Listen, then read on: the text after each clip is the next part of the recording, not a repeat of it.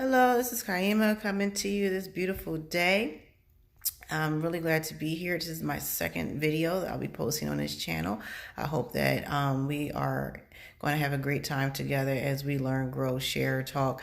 Please subscribe. Hit the subscribe button down at the bottom as we take off on this fantastic journey.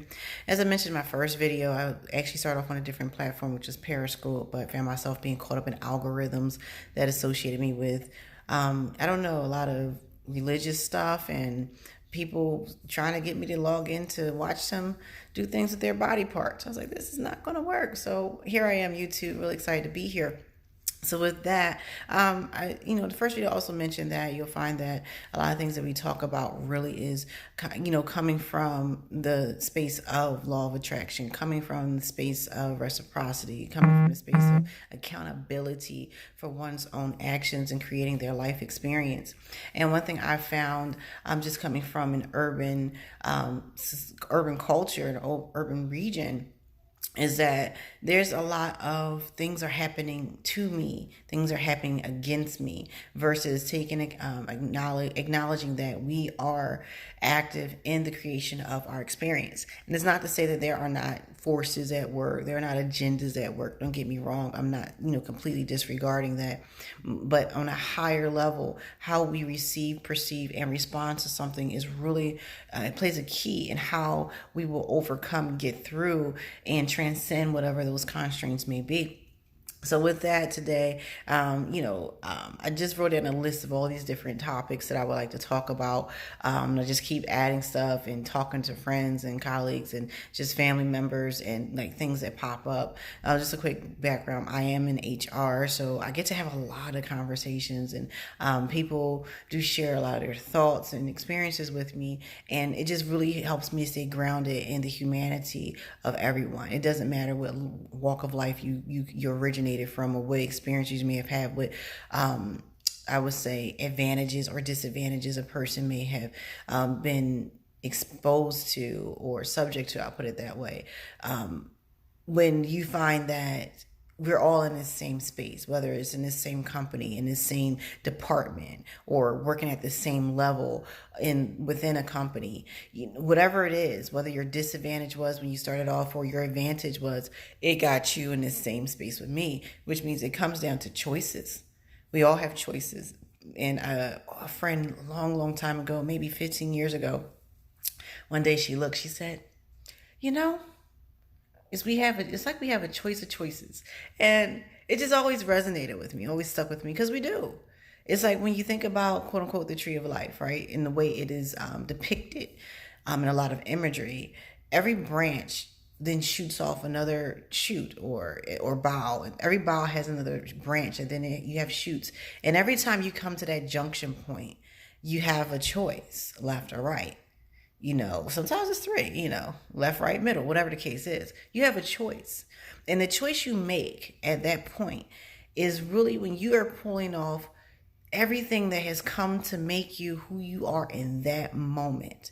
That person that is perfectly you in that moment, for whatever your life experience is, wherever your mentality is, wherever your emotional state is, wherever your physical state is, whatever it is, when you get to that junction, you make a choice.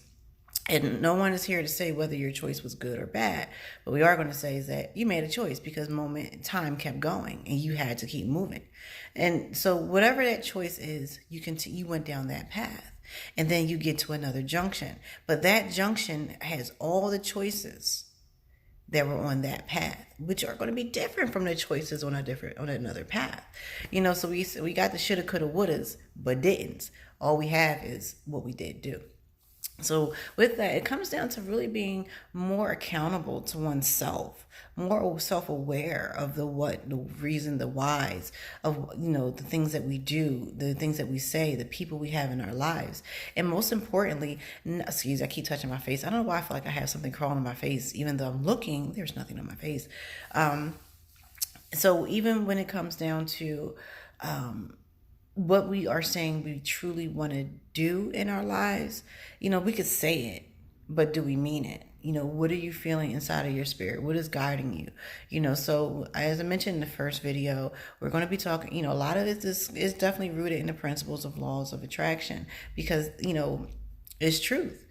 You know, you know, it's like they say a broke clock is right twice a week. I mean, twice a day. It's not to say that the law of attraction is broke, but it's to say that truth is what it is. It doesn't really matter, quote unquote, the messenger. That broke clock can be a messenger that's the time. It is twice a day. That broke clock is going to tell you the time. That is, if it's analog.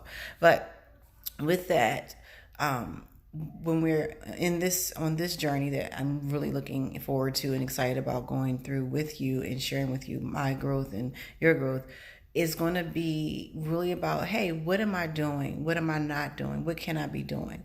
You know, taking a snapshot in our day, taking a snapshot in our seasons, and, you know, be honest. You know, you have to be honest with yourself, because if you don't, you might find yourself stuck at that junction point, or making a decision or taking a path that really was not best serving for you because you were not honest in that moment. So you got to definitely make sure you're saying, you know what, this is me, this is how I am, this is who I am, for whatever that means, and proceed. And if it's something you want to change, you change it. And it's okay to express a sense of a degree of vulnerability with others who you may have come to have faith in or trust in, that, hey, I can share this with you. I can, you know, expose myself to you, and I can learn with and grow with you.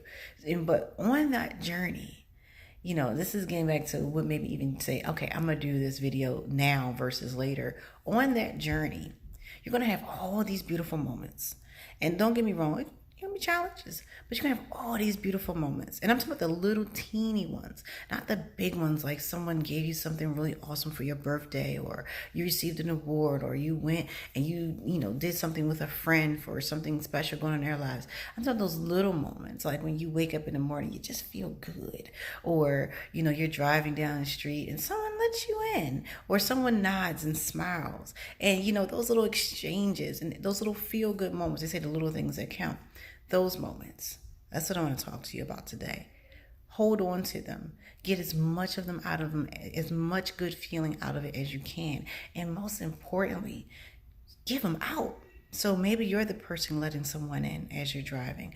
Maybe you're the person who smiles and nods or holds the door open for someone that's passing through at the same time that you are. Because these intersecting instances that we have with the quote unquote random people, they matter.